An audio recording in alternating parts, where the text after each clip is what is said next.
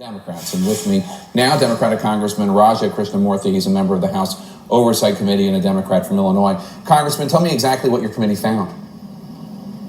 We found two things, Jake. First of all, the Trump administration tried to use $250 million of taxpayer money that was otherwise dedicated at the CDC for education-related purposes to deal with the COVID pandemic on basically what amounted to a slush fund for the campaign of the president to get reelected.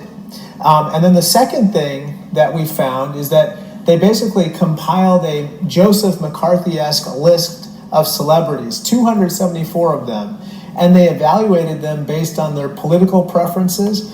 For instance, about Christina Aguilera, they said she is, quote, an Obama-supporting Democrat and a gay rights-supporting liberal. And these types of comments pervade the documents, and it's something I've never seen in a government contract. I mean, that is an accurate description of Christina Aguilera, but let me ask you a question. It's not an insult. She is a gay rights-supporting liberal and an Obama-supporting Democrat. How do you see this as being used for the president's reelection as opposed to an education campaign about what needs to be done in order to help defeat the pandemic? Well, these particular ads were not meant to, for instance, encourage mask wearing or social distancing, but rather to promote the theme, quote, helping the president will help the country. That's a slogan that you might see in the former Soviet Union or even Russia today, not in the U.S., and not certainly in a public service announcement. With regard to Aguilera and the others, Adam Levine and Justin Timberlake and so forth, repeatedly, those comments were meant to essentially diminish or denigrate them as people that could be used in public service announcements. Typically, you would evaluate them based on, whether they would be an effective spokesperson to the target audience in question, not right. Whether they support Donald Trump.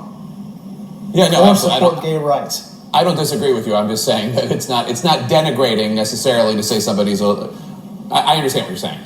You're also accusing Alex Azar, who's the Secretary of the Department of Health and Human Services, of a cover-up. How so? What do your documents suggest that he knew about the plans for this?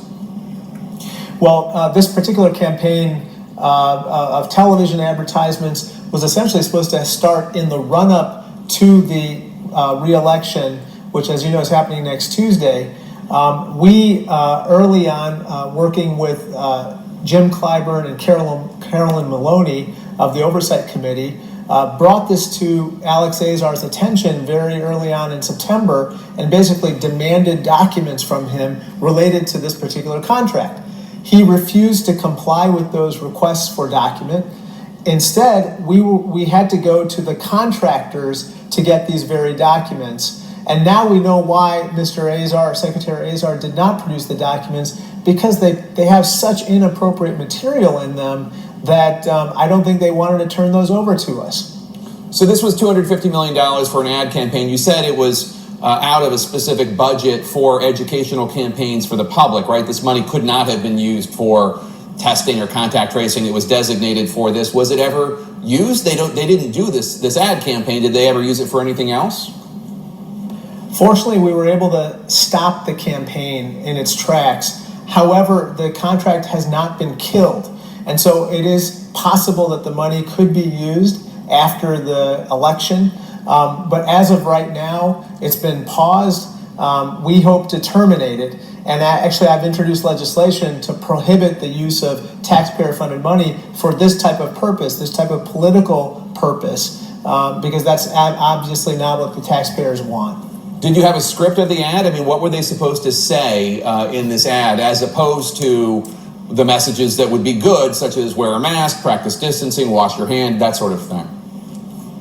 Well, they were meant to, quote, inspire hope and defeat despair. That was the general theme, and those words would repeatedly, presumably, appear in these commercials. However, as you know, right now, we need to defeat the coronavirus pandemic. And that means adopting mitigation measures such as wearing masks and socially distancing.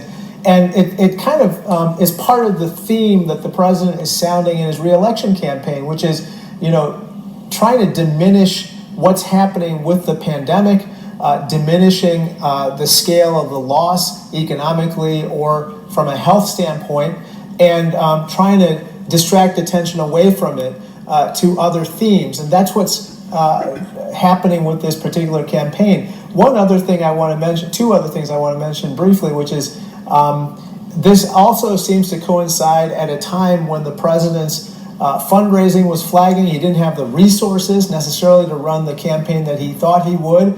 And so this advertising campaign seemed to start at the same time, using taxpayer-funded programming to basically further a political end. And then the second is, you can go to our Twitter handle at Congressman Raja to see all the other comments that have been made about the 274 celebrities on this list that they compiled. It sounds like the ad campaign being proposed sounds like everything is awesome from the Lego movie, that kind of like, cognitive dissonance. Democratic Congressman Raja Krishnamurthy of Illinois, thanks so much for your time today. We appreciate it. Coming up, the new number about the economy.